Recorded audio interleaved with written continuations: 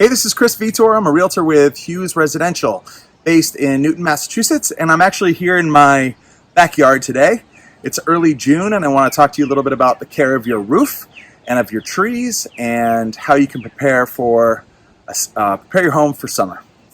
So we've got I believe this is a dogwood right here. It's a beautiful flowering tree. We'll expect it to flower later on in the summer, but it does need to be pruned a bit. I do not prune trees. I don't have that skill set. So for me, I'd be relying upon an arbor care company to come in, prune it back on my behalf. The main thing that I'm worried about is the fact that the limbs are hanging over the family room. So this is a place where my children play. I want to make sure the space is safe.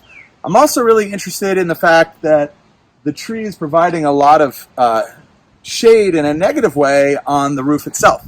If you have a lot of shade on the back of your house, you're going to end up with more moisture on your roof, which leads to lichen growth and sometimes pest problems. You want to make sure that you're keeping insects away from your home, and the tree kind of provides a bridge to your roof for pests like small mammals, chipmunks, squirrels, etc.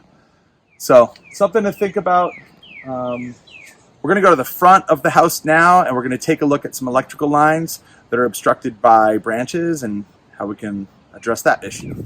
Okay. So we're outside of my home, and we've noticed that there's a tree here with some electrical lines that cross through the tree. The city should really be taking care of this issue. If one of these limbs falls and takes down a wire, this family is going to experience utility issues, and that's not something we want. Obviously, we want to have continuous power in our home.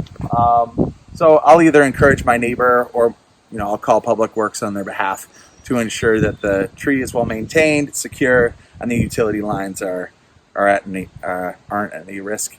If you have any questions, please reach out to me here at Hughes Residential. We look forward to connecting with you soon. Thanks.